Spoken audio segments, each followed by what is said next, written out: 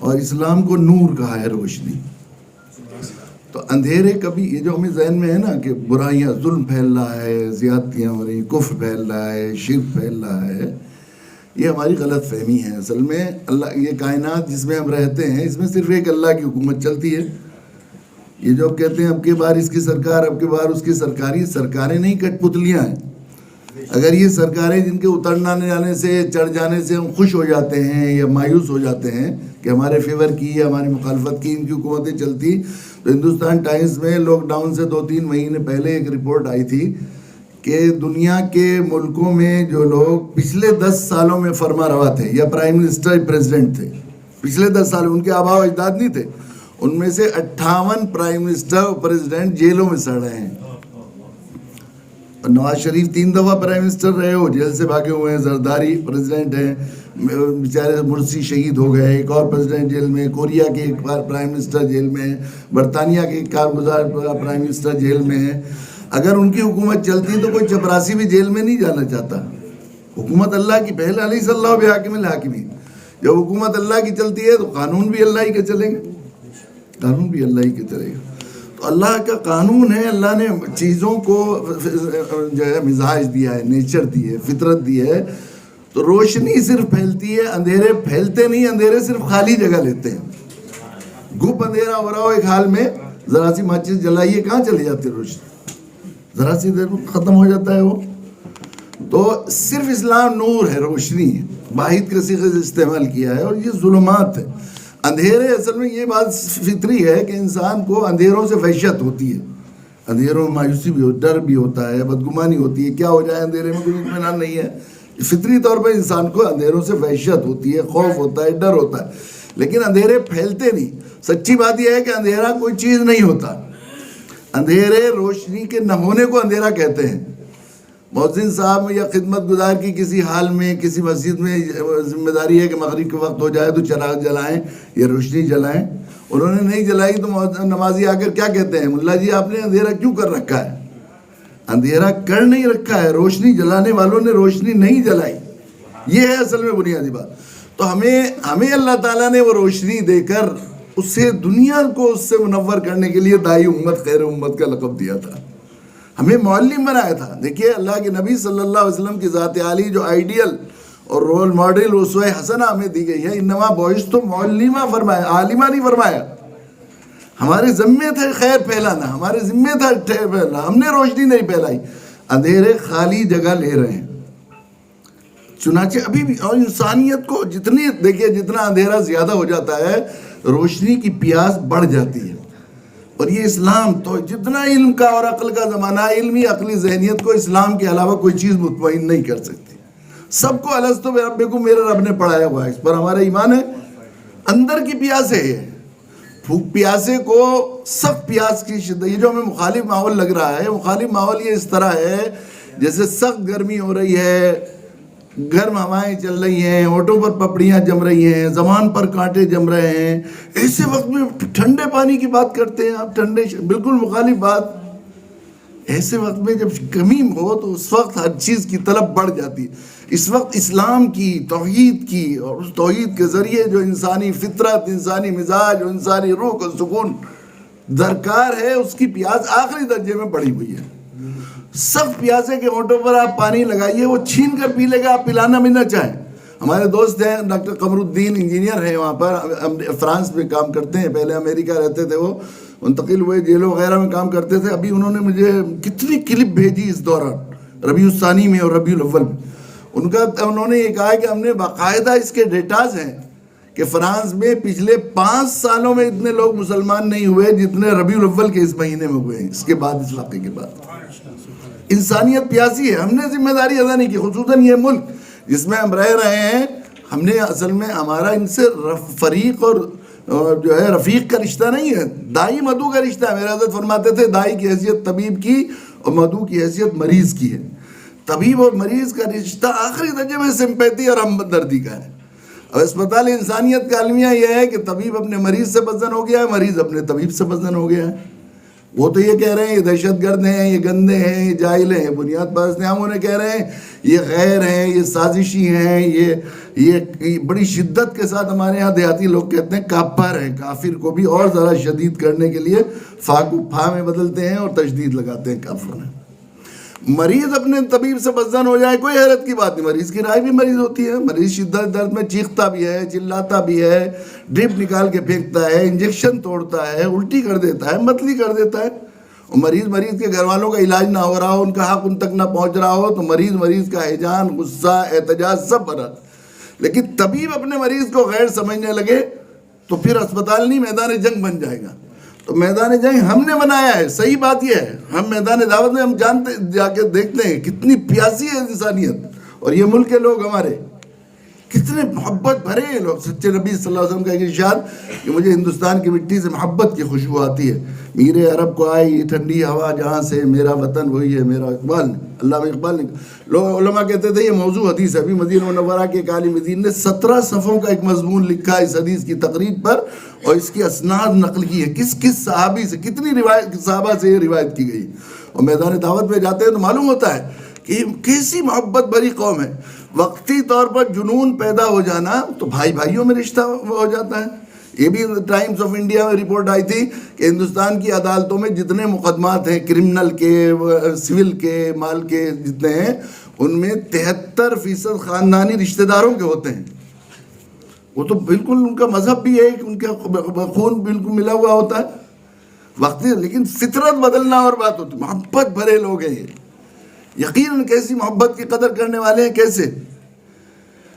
تو ہمارا رشتہ طبیب کا ہے، ذمہ داری ہماری ہے. طبیب کا منصب احتجاج نہیں علاج ہے. ہم نے علاج نہیں کیا، ہم نے ذمہ داری ادا نہیں کی. حضرت شاہل اللہ رحمۃ اللہ علیہ حکیم تھے. ان کی تکمیلہ ہندی طب یونانی کی شاہکار تصنیف ہے. اس میں انہوں نے لکھا ہے کہ طبیب اپنے مریض پر درد مندی، خیر خواہی کے جذبے کے ساتھ، اس کے مرض کی فکر کے ساتھ کرتے ہوئے اس پر نگاہ نہیں ڈالے گا نہ اللہ تعالیٰ مرض کی تشخیص سجائیں گے نہ مرض کی تجویز. تو ہماری ذمہ داری ہے کہ ہم اس ذمہ داری کو ادا کریں. ہمیں معلم بنایا تھا.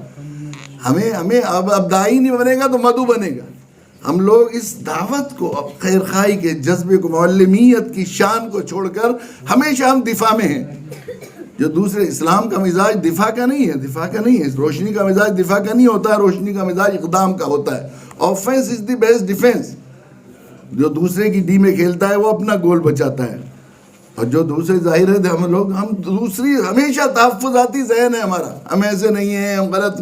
ہماری دعوتی کوششیں بھی غلط فہمیاں دور کرنے کی ہے. ضرورت اس بات کی ہے کہ ہم لوگ اسلام کے صحیح مزاج سے مانگو. اور علماء دیوبند، اکابرین دیوبند کی یہ تاریخ کو پڑھیں. کیسے حالات تھے اس زمانے میں جب انہوں نے اقدامی پوزیشن میں اپنے آپ کو رکھا اور انہوں نے جو ہے اپنے دین، اپنے جو ہے دنیا انسانیت تک حق کی بات کو واضح کرنے اور اعلاء کلمت اللہ کے لیے انہوں نے کارنامے انجام دیے. میں بہت مبارکباد دیتا ہوں اب اپنے کرم فرما جناب مولانا اعجاز عرفی صاحب کو کہ انہوں نے یہ سلسلہ شروع کیا ہے. اور بھی معلوم ہوا ہے کہ وہ اب اس کے نمبر ابھی شائع ہوں گے. یہ اس کی ابتدا ہے انشاءاللہ اور یقیناً ضرور ہوتا ہی رہے گا. اللہ تعالیٰ ان کی اس عمر دراز عطا فرمائے، ان کو صحت و قوت کے ساتھ رکھے. اور اللہ کرے زور شباب. ابھی داڑھی سفید لگ رہی ہے مگر اندر دل اور جذبہ اور جو عزم ہے ان کا بالکل جوانوں سے زیادہ ہے یقیناً. تو اللہ کرے یہ دعا ہم کریں گے، اللہ کرے زور شباب اور زیادہ. بہت مشکور ہوں کہ انہوں نے مجھے وہ موقع دیا. آخر دعوانا اللهم لك الحمد حمدا كثيرا طيبا مباركا فيه. اللهم صل على محمد وعلى ال محمد كما صليت على ابراهيم وعلى ال ابراهيم في العالمين انك حميد مجيد. الضالين یا اللہ گناہوں کو معاف فرما دیے، خطاؤں سے درگزر فرما دیے. اللہ کریم آپ کے محبوب بندوں اور ملت کے قرآن و سنت کے اللہ کریم مثالی خدام پر مشتمل اللہ کریم نمبر کے اجرا کے موقع پر تعلیمی کنونشن یہاں پر منعقد کیا گیا ہے. مختلف اللہ کریم ملک کے مشاہیر کو یہاں پر جمع کیا گیا ہے. جمع ہونے کو قبول فرما لیے. امت کو اس کی معلمیت کی شان پر لانے کا اس کو ذریعہ بنا دیے. اس کو ایک اللہ کریم سنگ میل ثابت کر فرما کر رب کریم دائی امت کو دعوت کے اس عظیم منصب پر خیر القرون کی طرح پھر قائم فرما کر پھر اس کی عزت کی بحالی اور وقار کے ملائے کریم واپس آنے کا اس کو ذریعہ ذریعہ بنا دیجیے. اس کے لیے حاضرین کی حاضری قبول فرما لیے, علماء کریم اور شرکاء کی شرکت قبول فرما لیے, ان کے قدم ایک ایک لمحہ قبول فرما لیے. جن لوگوں نے اس نمبر کو شائع کرنے میں ربی کریم اور اس اجلاس کو منعقد کرنے میں کوششیں کافی کی ہیں, ان کی اس مسائی جمیلہ کو مشکور و ممنون فرما کر اپنی بارگاہ میں خاص قبولیت مقبولیت سے مالا مال فرما دی. حاضرین کی تمام جائز مرادیں پوری فرما دی. ہمارے دعاؤں کو اپنے فضل کرم سے قبول فرما دی. سبحان ربک رب العزت عما یصفون وسلام علی المرسلین والحمد للہ.